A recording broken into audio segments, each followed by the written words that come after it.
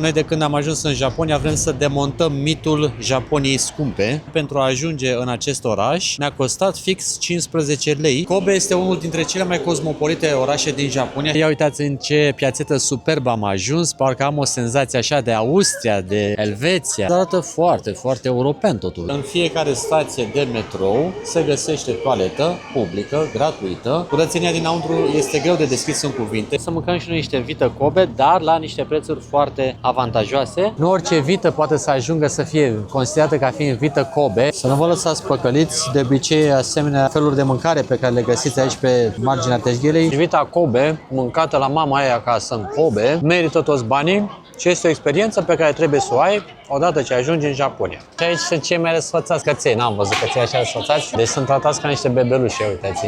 Mai avem puțin și ajungem la cascadă. Ia uitați-o ce frumoasă e. Foarte important, dacă veniți la această ieșire, încălțați-vă bine, pentru că va face uneori diferența. Aici a avut loc marele cutremur Hanshin. În spatele meu este ceea ce a mai rămas din urma cutremurului și se poate vedea cam cât de mare a fost dimensiunea distrugerilor care s-au întâmplat. În seara aceasta eu am mâncat de vreo 14 lei și Iasmin a mâncat de vreo 16 lei. Sushi pe săturate, uitați câte farfurii s-au mâncat. Salutare oameni buni și frumoși și bine ați venit într-o nouă aventură în Japonia. Astăzi o să ajungem în orașul Kobe. Kobe este unul dintre cele mai cosmopolite orașe din Japonia și tocmai de aceea am și ales să venim aici. Este la o distanță undeva cam la o jumătate de oră cu metroul și trenul, așa că o să mergem să descoperim orașul, să vedem ce se întâmplă cu faimoasa vită Kobe și care este istoria acesteia și de ce nu să vedem portul care este foarte faimos, fiind unul dintre cele mai mari din Japonia. Kobe ocupă locul 6 când vine vorba de mărimea orașelor din Japonia și are o populație de aproximativ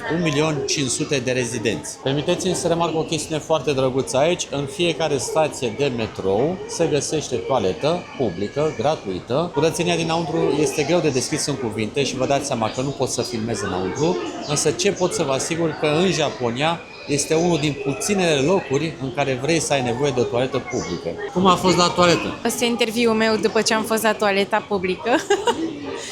Alex, vreau să-ți spun că am fost în interior, este foarte curat și de asemenea când intri te întâmpină muzica unor păsărele. Nu știu dacă e la fel și la bărbați, dar foarte tare atmosfera, da, mi-a plăcut, m-am simțit bine. Da, e super curat, au săpun, au chiuvete, toaleta are totuși 3 locuri sau 4, deși e la metrou și am văzut că la fiecare metrou sau stație de tren au baie. Noi folosim aici cardurile de la Suica pentru a putea călători, foarte mișto, îl pui direct pe telefonul mobil și îl folosești când ieși. Totul se întâmplă foarte facil pentru că ai și o aplicație de unde poți să încarci cardul. Acum o să trecem, am pus fața, mi s-a activat, am pus frumos, am și trecut, mi-a luat și bănuțul, totul se întâmplă instant.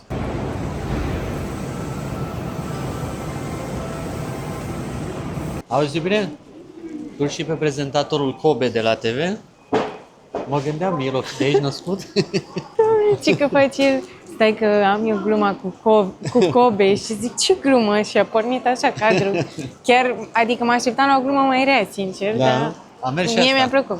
Ți-a plăcut, nu? Da. Vă v-a plăcut? Dați o notă. Eu vă rog să remarcați cât de frumos e la metrou. Cât de E un bine pasaj arată. subteran Un ăsta. pasaj, da, dar uite de cât de mișto arată și luminile și totul. Foarte, foarte bine arată. Știți că noi de când am ajuns în Japonia vrem să demontăm mitul Japoniei scumpe. Tocmai de aceea, pentru a ajunge în acest oraș, ne-a costat fix 15 lei și suntem la o distanță de vreo 40 de kilometri de Osaka. Da. Da? Deci 15 de persoană. 15 lei de persoană. Deci sunt curios dacă în România găsim un transport la 15 lei la 40 de kilometri din oraș. Dar noi nu vrem să comparăm mereu cu România, dar asta e baza, adică noi cam prețurile de acolo recunoaștem. Da. Și n-ar fi fair față de voi să comparăm, nu știu, cu Suedia sau cu alt loc în care poate n-ați ajuns. Și de aia ne raportăm mereu la România. Da. Doamna din spate ne face un semn să mergem în direcția aceea, să ne ducem înspre munte. Hai.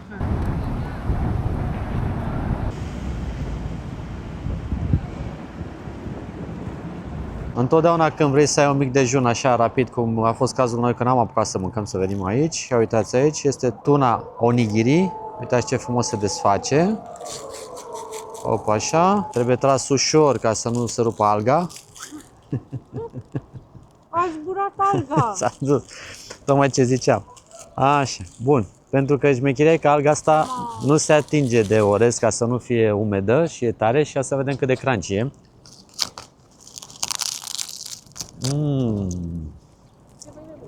Nu puteam vreodată în viața asta să cred că o să-mi placă atât de mult să mănânc niște frunze, niște alge, incredibil de bune și înăuntru are ton. Hai! Prima oprire a zilei este la o grădină de flori și de ierburi naturale, să mă exprim așa, nu? Sau aromatice.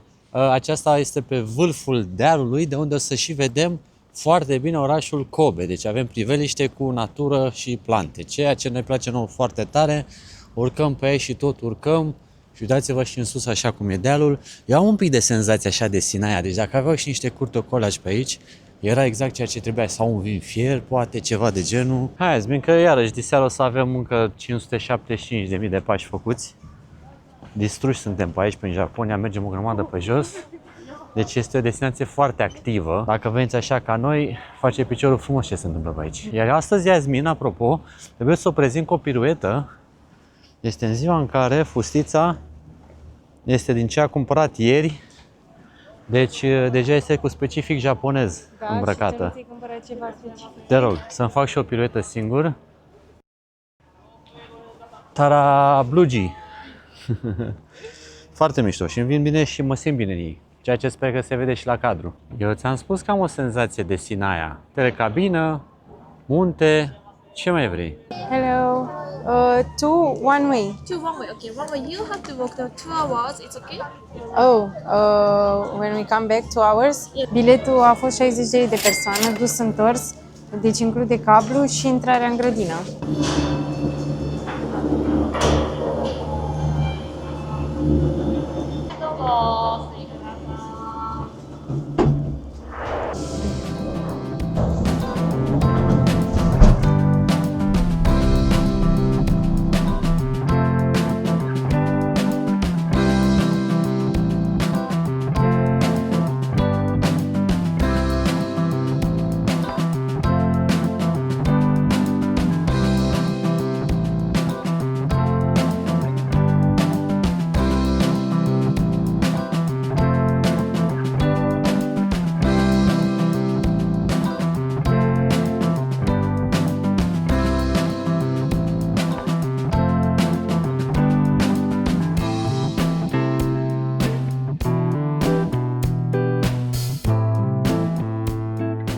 După nici 15 minute, ia uitați în ce piațetă superbă am ajuns, parcă am o senzație așa de Austria, de Elveția, de ce să zic, voi spuneți mai departe, dar în orice caz arată foarte, foarte european totul, dacă îmi permiteți, într-un stil superbissim, cu flori aici sus, cu muzică.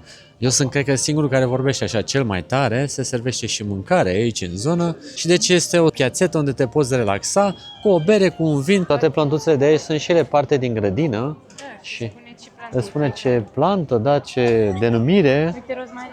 Ia, rozmarinul, ia uite, l-am găsit. Ar fi mers cu niște cartofi așa sau cu o friptură de porc, cu un pic de sare așa. Am mâncat, dar ați văzut, am mâncat niște orez din așa cu ton.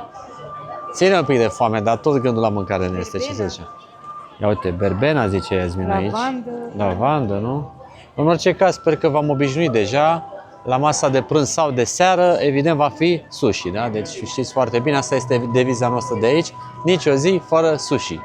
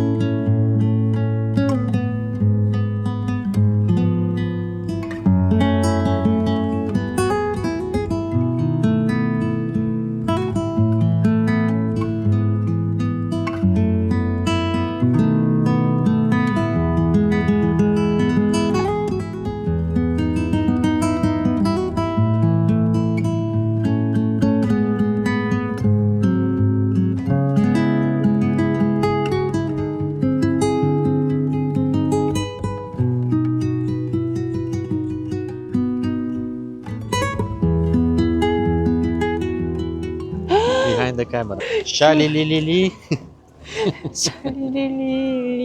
Lila.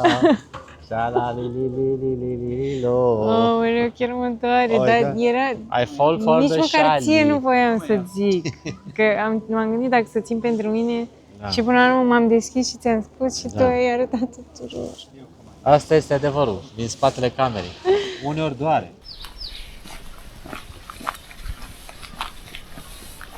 Vă amintiți de șarele Iasminei? Acum trebuie să o luăm la vale, mergem vreo 20-30 de minute să ajungem la cascadă. O să încep să mă rostogoresc la un moment dat. În curând, da? Și singura noastră problemă este că traseul nu e prea bine marcat și nu prea știi exact încotro te îndrepți. Inclusiv aici, nu știi dacă poți să intri, dacă nu poți să intri. Na, e cam complicat să înțelegi. Dar cam chiar încotro acum te ce duci. faci? Nu știu, hai să Ah, vedem. nu, do not enter. Nu. Mamă, e super confusing pe aici, pentru că dacă nu te întâlnești cu localnic să întrebi pe unde trebuie să mergi. Dar nici acum- localnici nu știu. Da. Deci, Pe drumul putea să meargă și pe aici, pe sus, dar și pe jos.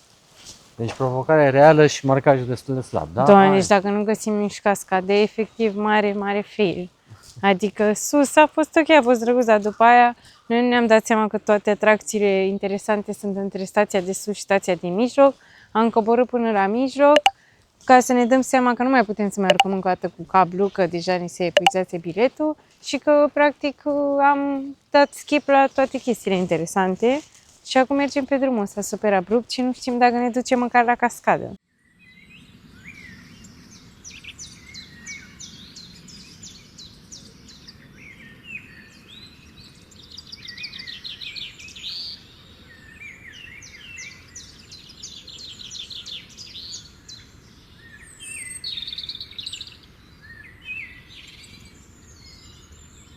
Ce frumos e aici. Uitați-vă ce superb e copacul, la umbra căruia ne-am oprit un pic. Merită traseul, chiar și așa rătăcit merită. Dacă nimerești pe la care trebuie, că alții, legenda spune că cine știe pe unde au ajuns, pe unde era să luăm noi prima dată, Da. mai știi? Dar frumos aici, în Kobe, merită venit. Și e frumos și acum primăvara, dar cred că și toamna e foarte Da. frumos. Aici sunt o grămadă de arțari japonezi peste tot în jurul nostru. Cred că este un peisaj direct de făcut tablou. Aici este cascada, cel puțin văzută din acest unghi. O să căutăm și în altul să se vadă mai bine. Însă arțarii ăștia care sunt aici de jur împrejur, cred că oferă un spectacol magnific toamna.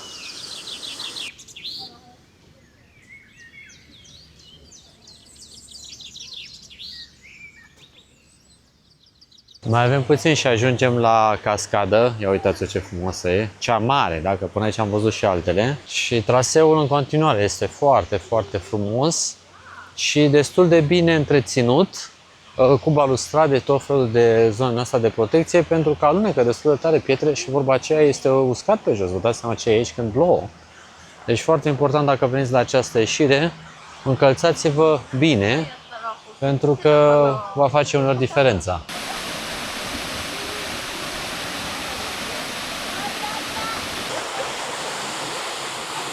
Wow, cum arată!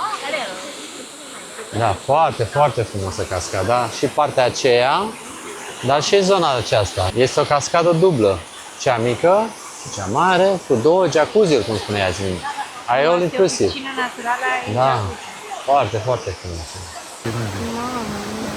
Mamă, uite asta alba, nu e rău.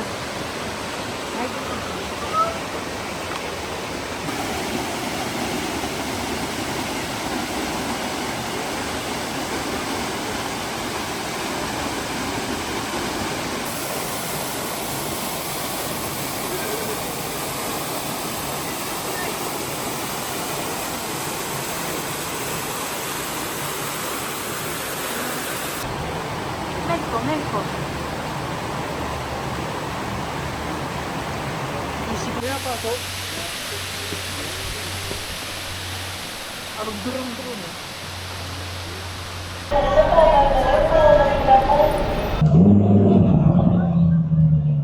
Dragilor, iată ne ajungi la Chinatown, unul din cele mai mari 3 Chinatown-uri din Japonia. Evident, acum suntem la Chinatown-ul din Kobe.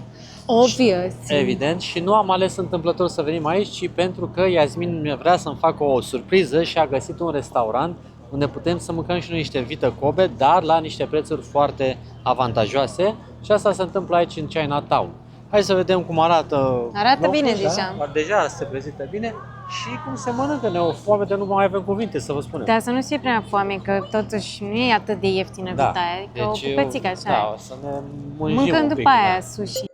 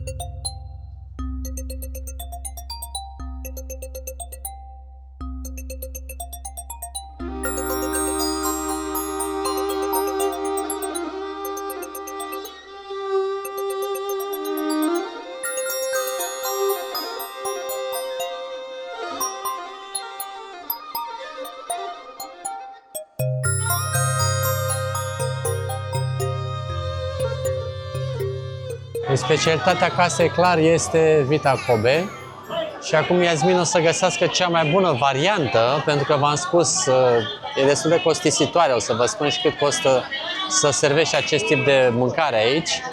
Și la fel de bine o să ne bucurăm puțin de, ia uite, e ca un fel de bâlcești, de tot ce oferă strada aceasta.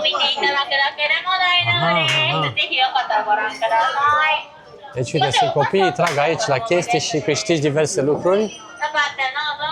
Pe aici poți să bagi monede din acelea și îți scad chestii. Uite, cățeluși simpatici, uite. Așa, deci aici sunt cei mai răsfățați căței. N-am văzut căței așa răsfățați. Uite ce stil. Da, da. E un stil un pic sovaj, era stilul ăla răvășit. El, de fapt, era un ciobănesc, dar de desubt i-au ieșit piciorușele la iveală. A obosit micuțul, da. Deci sunt tratați ca niște bebeluși, uitați. Cert este că aici e frumos să vezi și ziua și cel mai probabil e foarte frumos să vezi și noaptea. Pentru că tot ceea ce se întâmplă aici e un spectacol probabil de lumini, de oameni, de mâncare. Găsești o grămadă de lucruri de încercat aici. Dar noi v-am zis, am venit cu o direcție foarte, foarte precisă. Nu ne jucăm. Mamă, Iasmin, uite ce coadă aici la restaurantul ăsta, uite câtă lume. Sper că nu ăsta e restaurantul la care vrei să mergem. Ia uite, alt cățel la căruț. Deci căței de aici nici nu ating asfaltul, ei sunt plimbați practic în căruț. Deci aceasta este adevărata Japonie, văzută, da, adevărata China, văzută în Japonia. Și este un, mamă, și au și bubble tea, dacă vreți să vedem și un pic de Taiwan, da, puteți să beți și un bubble tea. Foarte multă lume pe stradă, deși suntem în timpul săptămânii. O grămadă de oameni pe stradă, chiar la ora aceasta. Deci e un loc foarte popular să fie aici. Și acesta e restaurantul unde Iasmin știe că trebuie să mâncăm. Restaurant e impropriu spus, cred că se mănâncă chiar la teșghea, așa, nu? Sau cum? Se servește așa, pe stradă, dar trebuie să încercăm și această experiență, pentru că noi nu avem buget să mergem la un restaurant unde să putem să stăm liniștiți, așa că o să încercăm direct pe stradă. I want red meat 3-piece sushi. One set? One set, yes. And one cheese sandwich. Okay. 1,700 yen. Can I pay by card? Okay. Nu orice vită poate să ajungă să fie considerată ca fiind vită Kobe. Acest standard este acordat anual undeva la sub 5500 de asemenea animale care sunt crescute într-un mod special, tratate special și așa mai departe. Deci este un standard în care carnea aceasta de vită Kobe este foarte apreciată. Tocmai de aceea și noi am ales să mâncăm la acest stand unde ne putem permite să facem asta pe stradă, pentru că de obicei acest tip de carne în restaurantele de fiță din Europa poate ajunge la câteva sute de euro lejer. Haideți să vedem cum va fi gustul, sunt foarte curios, dar nu vă încredeți în ceea ce o să vă spunem aici, pentru că ne este o foame de murim. Deci cred că în momentul de față și dacă îmi dai un Kaiser sau un pate de Sibiu, o să zic că e foarte bun, dar totuși o să fim sinceri cu voi. Să nu vă lăsați păcăliți, de obicei asemenea feluri de mâncare pe care le găsiți aici pe marginea teșghelei sunt făcute din silicon, din plastic, din chestii, deci sunt doar de a fi arătate, display only, da? Deci nu sunt de mâncare, dar cam asta ar trebui să serviți în clipa în care faceți o comandă. Ceea ce mie îmi place, adică știi la ce să te aștepți când comanzi.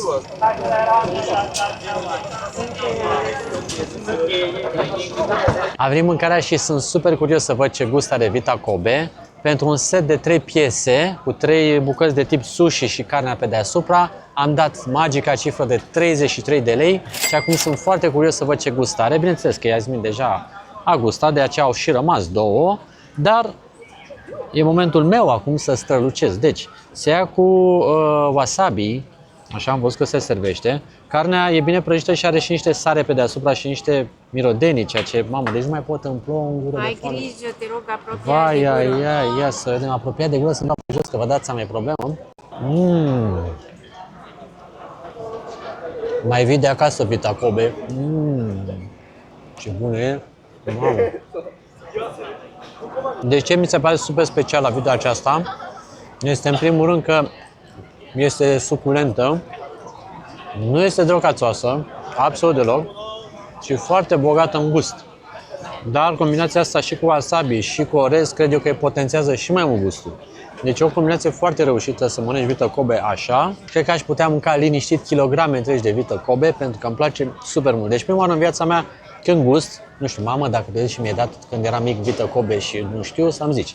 Dar eu cred că e prima oară în viața mea când am mâncat Vita Kobe de acest gen și îmi place extraordinar de mult. Nota 10 din 10, am meritat toți bani. Da, ca să se vadă din spatele cadrului, Iasmin mănâncă ultima bucată alături de un domn care aici are niște noodle și uite cum îi întinde sentimente. Hai că îți lasă. Nu, hai, lasă. Uite, domnul ăla cum suge din noodle și ești aici la competiție cu el, fii atentă. Tu n-ai microfonul, dar descriu eu. Deci Iasmin acum mănâncă și amestecă și în timp ce amestecă, îi se pare că este extraordinar de bun gustul ăsta. Se gândește să-și mai ia poate o bucată în curând, dar încă nu știe. Pentru că ea ține întotdeauna cu casa și cu bugetul și de aceea să nu cumva, dacă exagerăm cu prea multă Vita Kobe, să ajungem să mâncăm numai noodles și ar fi păcat. Sau dacă erai pe aici prin Maroc, porumbei ăștia puteau fi un fel de mâncare. Deci, într-un final, se declară că a fi mulțumită și o să-mi paseze mie acum degustarea. Asta este ce mi-a rămas, asta se vedea.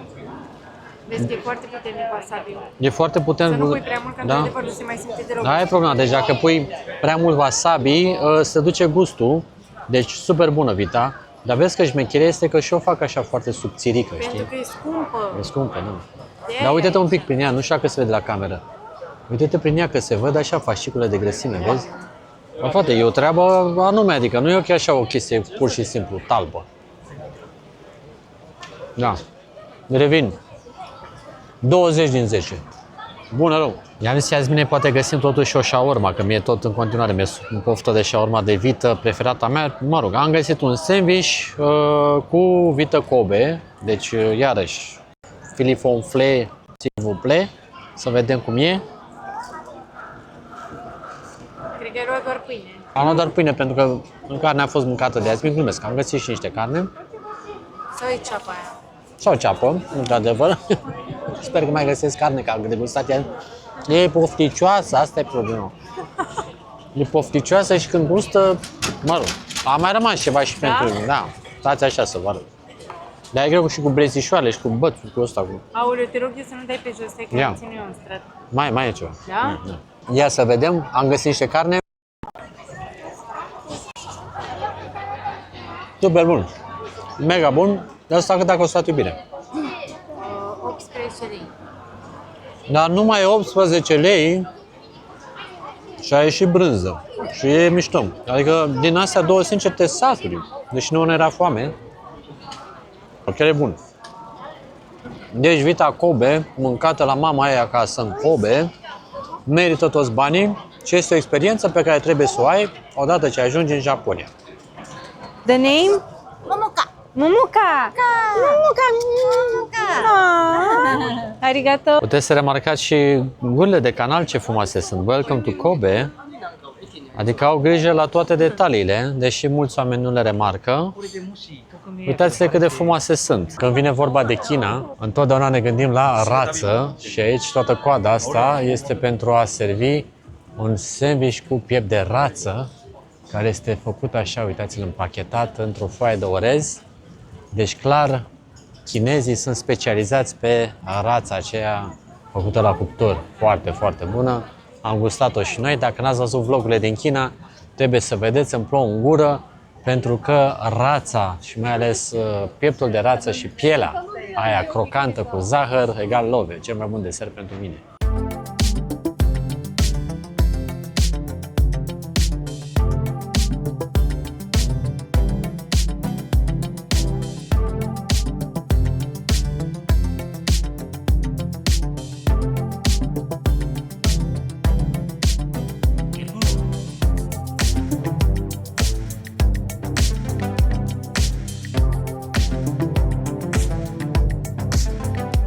Hai să ne oprim și noi la o cafea să ne readunăm puțin energia și aș vrea să vă mai subliniez un aspect foarte important. Orașul Kobe este și un simbol al renașterii, pentru că aici, în 17 ianuarie 1995, a avut loc marele cutremur Hanshin. Acesta a avut o magnitudine de 7,2 pe scara Richter și la momentul respectiv s-au pierdut undeva la peste 6500 de vieți aici. Orașul a fost total răvășit, să spunem așa, au fost foarte multe pagube, dar într-un termen record a fost reconstruit. Așa că, iarăși, Kobe are această reputație a unui oraș renăscut în urma acestui eveniment neplăcut.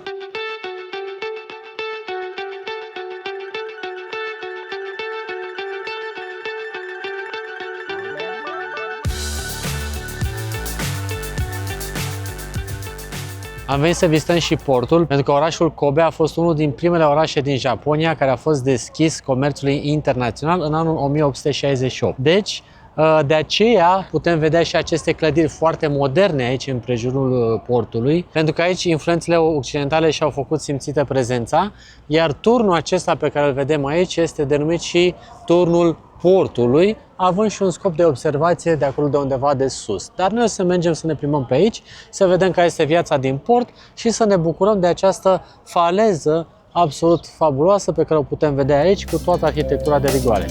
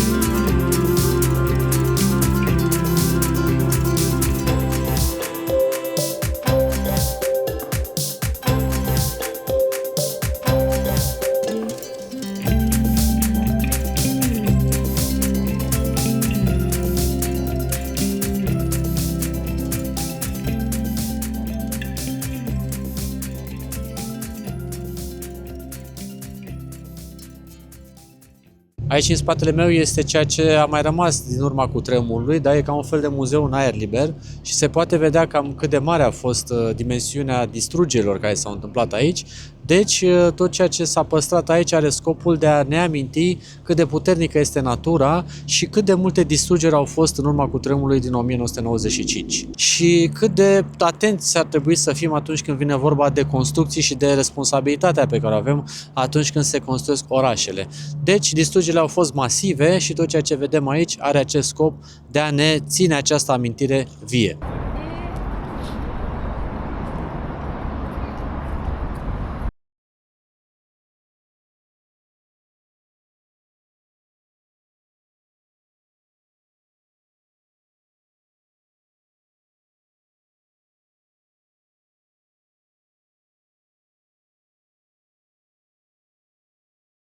Ultima noastră oprire pe ziua de astăzi este la Uobei. Aici se mănâncă sushi foarte bun și foarte ieftin, deci vă recomand, dacă ajungeți în Japonia, căutați restaurantele Uobei. Nu avem niciun fel de parteneriat, vă spunem asta, pentru că este foarte mișto aici. Deci din suflet vă dăm această recomandare. Abia așteptăm să intrăm, am luat un bilet de ordine, pentru că vedeți în spatele meu este super aglomerat, noi și localnicii venim aici. Haideți să vedem când ne vine rândul, să vă arătăm și înăuntru cum arată restaurantul și cum se mănâncă aici.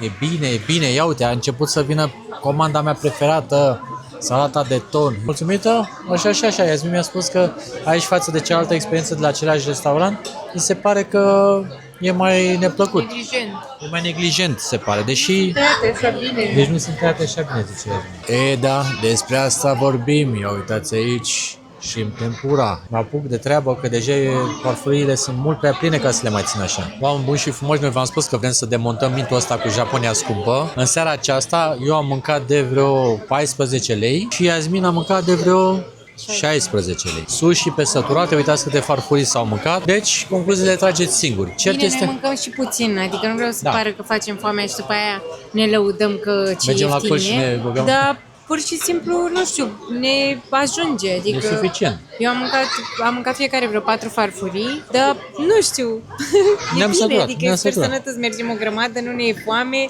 mâncăm puțin, mâncăm sănătos. Și Și am mâncat, ieftin. am mâncat ghimbir murat, eu cred că ăla ține de foame. Că Adevărat, am deci am mâncat vreo am 4 avut porții. 4 farfurii de fiecare de sushi, dar și câte 2 farfurițe mici de ghimbir murat, care e super bun. E super bună, într-adevăr. Cert este că ziua de astăzi a venit cu foarte multe surprize. Nu ne așteptam ca orașul Kobe să fie atât de frumos, cu atât de multă istorie, cu atât de multe locuri în care să poți să mergi și ne-a făcut o deosebită plăcere să-l vizităm. Deci dacă sunteți pe lângă Osaka și aveți drum în zonă, cred că este foarte bine să includeți și orașul Kobe în a fi vizitat. Până data viitoare, nu uitați să lăsați și nou un like, un subscribe, ne ajută foarte mult, un comentariu iarăși ne este de mare ajutor. Noi vă îmbrățișăm cu foarte mare drag, vă salutăm. Ceau, ceau, pa, pa!